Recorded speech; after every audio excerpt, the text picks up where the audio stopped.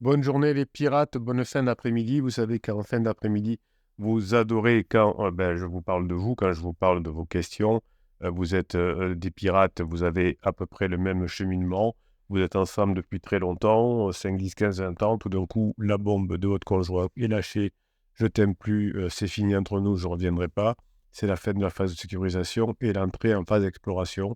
Votre conjoint va voir si l'herbe n'est pas plus verte ailleurs.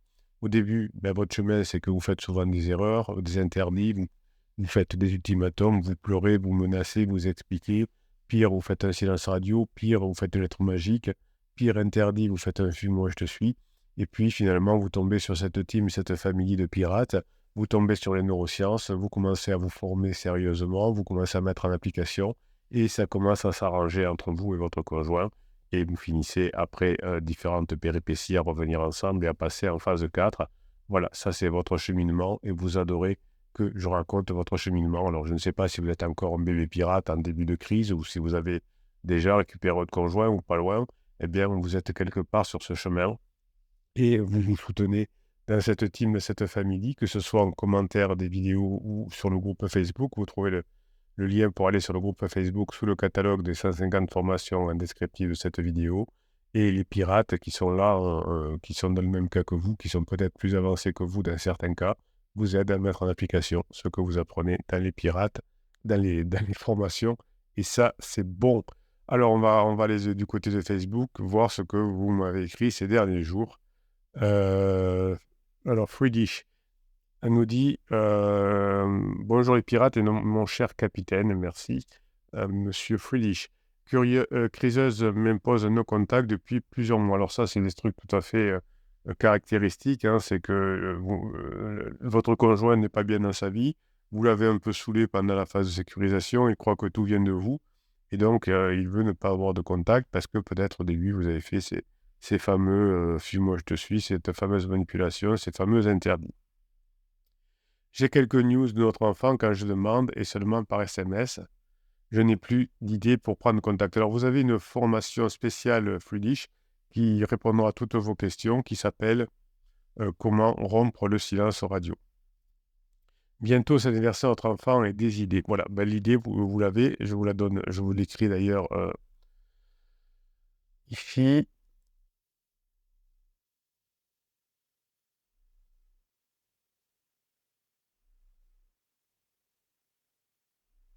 Alors, la plupart du temps, effectivement, vous me posez des bonnes questions et vous voyez, et ça doit vous rassurer qu'il y a une formation qui correspond. Alors, c'est pas juste une réponse comment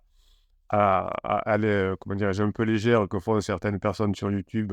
Dites-lui ça, faites ça. Donc là, vous avez des réponses en 2h30 avec une méthode, c'est structuré, avec des fichiers de neurohypnose pour vous aider, etc. Donc, si effectivement, Friedrich, vous n'êtes pas le seul. D'ailleurs, quand vous voyez une formation parmi les 150 qui existent, vous pouvez être fier de vous parce que vous dites, tiens, si le capitaine a fait une formation, c'est qu'on est nombreux à avoir ce besoin-là. Donc, je vous exhorte effectivement à bosser. Un article, tiens, on va le lire, que nous a mis Ced. Alors Ced, on va l'aider parce qu'il est en difficulté apparemment actuellement. On voit qu'il n'est pas bien. Donc, il écrit beaucoup sur des trucs un peu difficiles sur le groupe Facebook. Donc, quand on a un pirate comme Ced en difficulté, on va l'aider. Hein, on lui conseille qu'est-ce qu'il doit apprendre, qu'est-ce qu'il doit mettre en application. On lui donne un coup de grinta comme le fait le capitaine. Alors, il nous a mis un article, on va le lire. Double vie, Pauline, 37 ans, ça ne dérange pas mon second amoureux de savoir que j'ai un compagnon et un bébé de 2 ans. Oui, vous voyez que quand des personnes sont en difficulté, eh bien, ça peut être un peu n'importe quoi. Une maman qui a un bébé de 2 ans mais qui va voir ailleurs. Celui qui va voir ailleurs, qui s'en fout qu'elle ait le bébé tant qu'elle peut faire l'amour avec elle. Enfin, oui, c'est un peu compliqué. Alors, on va voir ce que dit l'article. Pauline, 37 ans, a une double vie depuis 6 ans. Oui, ça montre donc que son compagnon, quand même, a des gros manques par rapport à Pauline. Pauline a des besoins qui sont les siens et certainement que son compagnon ne peut pas les lui apporter. Son compagnon apporte une partie des besoins, mais peut-être réfractaire au reste. Et Pauline, qui ne sait pas lui demander, préfère aller voir ailleurs. Donc, elle est en couple avec un homme depuis 10 ans, avec qui elle a un bébé de 2 ans, trentenaire, donc effectivement, voilà. est également dans une relation avec un autre homme avec qui elle a pris un appartement. Elle raconte le rêve qu'elle vit avec les deux. Là, on est peut-être à autre chose parce qu'on a peut-être une forme d'envie différente, hein, 2 appartements, double vie. Là, on n'est pas dans le domaine de la crise existentielle, c'est plutôt dans une forme de vie, alors qui est extrêmement minoritaire. Les personnes, par exemple, qui ont polyamour, la plupart du temps, ont un polyamour pendant une crise existentielle et ensuite s'en sortent. Mais il y a des personnes qui ont cette structure cérébrale, peut-être liée à un manque d'affection, un manque de confiance en soi, et qui ont besoin d'avoir cette double vie. Je suis en couple depuis une dizaine d'années avec un homme que j'aime à la folie. Oui, donc là, on sent que chez Pauline, il y a quand même un problème. Elle l'aime à la folie, mais elle vit avec quelqu'un d'autre. C'est important que ce soit très clair pour vous, mon amoureux. Je ne veux pas le quitter du tout. On s'est rencontrés sur Internet grâce à une passion commune. Je suis très heureuse avec lui, mais il y a 6 ans, j'ai été recontacté via un réseau social par un amoureux de la fac. Vous voyez que là aussi, c'est assez traditionnel. Bon, certainement que Pauline est un peu déstructurée et que ben, finalement, ce qui lui manque avec son amoureux, eh bien, la personne qui vient de l'enfance lui rappelle effectivement sa jeunesse. Il voulait prendre des nouvelles, je pense avoir une petite idée à la tête, évidemment, quand quelqu'un revient depuis longtemps dans l'enfance pour vous demander un truc un peu technique, si ça va bien, si, ben, c'est souvent qu'il y a quelque chose à mettre enfin, derrière la tête. On a commencé à se parler, je crois qu'au début, j'ai prévenu mon amoureux que je discutais avec lui, et puis, je crois, hein, je ne suis pas sûr. Et puis la conversation a commencé à déraper, on s'appelait pour entendre nos voix, on a commencé à aller boire des cafés ensemble, et puis devait arriver ce qui arriva, on a commencé une liaison. Donc vous voyez, ça c'est quand même traditionnel des relations adultères, notamment féminines. C'est très rare qu'une relation adultère avec quelqu'un qu'on connaît déjà, le collègue de bureau ou quelqu'un qui revient du passé, débute tout d'un coup. Et il y a souvent des alternats. Moi, j'hésite, on s'écrit, on va boire des cafés. Et vous avez tout le temps, vous, en tant que pirate, si vous êtes pirate, bien sûr, le bon goût de vous former rapidement, de pouvoir intervenir avant qu'il n'y ait une liaison. Alors, Pauline insiste sur sa notion de double vie. Ce n'est pas une tromperie classique. Avec mon amant, on a une véritable vie ensemble. En 6 mois, on a pris un appartement ensemble. Je suis même sur le mail. Ouais, ça montre quand même que Pauline a quelques difficultés relationnelles. Elle a un enfant, mais elle se met sur un bail avec quelqu'un d'autre. On a décoré tout ça, on est parti en vacances, j'ai rencontré ses amis, il est au courant que j'ai un amoureux de mon côté avec qui j'ai un bébé d'il y a 2 ans. C'est quand même un peu bizarre de la part du compagnon officiel de ne rien voir. J'ai un bébé il y a 2 ans, mais je vis une double vie, donc je ne suis pas là une grande partie du temps. Vous voyez que des fois, les relations, quand on a le nez dedans, on ne voit pas ce qui se passe. Pour lui, je vais finir par faire un choix, alors il s'y trouve un compte aussi. Oui, vous finirez de faire un choix ou vous vous retrouverez toute seule, ça peut arriver aussi. Pour moi, ces temps que je passe avec lui, c'est comme un rêve, ça me fait du bien et je ne réalise pas que c'est réel. Oui, donc effectivement, il y a un gros manque du côté de son conjoint qui a sûrement des qualités, hein, puisque elle l'aime à la folie, mais il manque quelque chose que Pauline ne sait pas demander. Quand on fait des choses très concrètes comme les courses ou des achats à notre appartement, je me dis que c'est fou. Alors là, en parlant, je vois bien que ce n'est pas normal. Ah, quand même, vous voyez le fait d'écrire, ça c'est intéressant. C'est pour ça que je vous exhorte, les pirates adorés, à écrire. Ça permet de remettre des idées en place. Alors, depuis la naissance de sa fille, Pauline a mis sa seconde relation de côté. J'ai été très clair avec lui sur le fait que ma fille était prioritaire. Bon, ça c'est bien. Donc ça montre que ce n'est pas une crise, parce que quand on est en crise, c'est moi-même qui suis prioritaire surtout, même sur mes enfants. Donc c'est encore un bébé, alors je veux passer le maximum de temps avec elle avant qu'elle rentre en crèche. Ensuite, je pense que je vais avoir plus de temps pour mon deuxième amoureux. Waouh! Donc là, il y a une projection sur quand même on n'est pas vraiment dans une crise existentielle, on est dans une forme pathologique de la relation. Quand je dis pathologique, c'est pas forcément négatif, mais c'est quelque chose qui va entraîner des pathologies plus tard. Je travaille de la maison, j'organise mes journées comme je veux, et puis notre appartement est dans la ville où habitent mes parents. J'ai toujours une excuse pour y aller. Oui, vous voyez, on met même ses parents en difficulté. Il est quand même pas fut-fut l'officiel, hein. Alors, elle ignore si cette situation est durable. J'y pense souvent, je me dis que ce n'est pas tenable. Eh oui, effectivement, quand même, on voit qu'il y a beaucoup de souffrance chez Pauline. Je sais que mon deuxième amoureux veut un enfant, mais que ça ne pourra pas être avec moi.